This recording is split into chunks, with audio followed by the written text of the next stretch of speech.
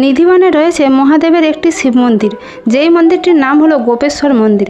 কিন্তু প্রশ্ন একটাই, মহাদেবের এত নাম থাকা সত্ত্বেও এই মন্দিরের নাম গোপেশ্বর কেন রাখা হলো?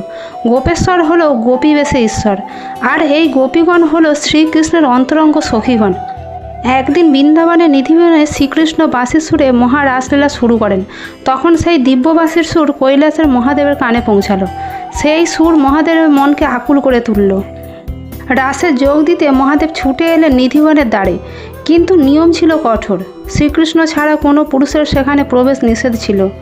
এইদিকে মহাদেবের ব্যাকুল হয়ে উঠল শ্রীকৃষ্ণের মধুর লীলায় যোগ দেবেন বলে। তখন মহাদেব দেবী পৌর্ণমাসীর কাছে কৃপা প্রার্থনা করলেন এবং যমুনা নদীর পবিত্র জলে ডুব দিলেন। দেবী পৌর্ণমাসীর কৃপায় এক পরম সুন্দরী নারীর রূপ ধারণ করলেন। গোপীদের বেশে মহাদেব সেই লীলার মধ্যে প্রবেশ করেন।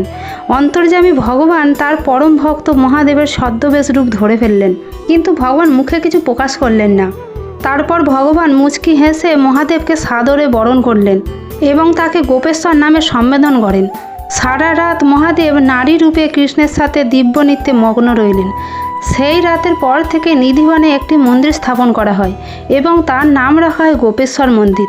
সেই স্মৃতি মনে রেখে আজও বৃন্দাবনে গোপেশ্বর মহাদেব মন্দিরের শিবলিঙ্গকে সন্ধ্যার পর শাড়ি, গয়না আর নোলক পরিয়ে একজন গোপীর মতো সাজানো হয়। ভক্তরা বিশ্বাস করেন আজও নিধিবনের সেই রহস্যময় লীলায় মহাদেবও উপস্থিত থাকেন। মহাদেবের এই ভক্তি যদি আপনাদের মনে একটু ভক্তির উদয় করে থাকে, তাহলে কমেন্ট বক্সে অবশ্যই লিখে যাবেন, জয় গোপেশ্বর মহাদেবের জয়।